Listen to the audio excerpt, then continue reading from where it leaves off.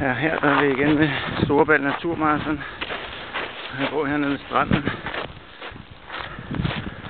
Vi skal løbe det her sand. Lidt besværligt. Men det er en flot dag. Der kommer nogle andre løbere der. Det går egentlig meget godt. Det er et flot løb. Tillykke med det.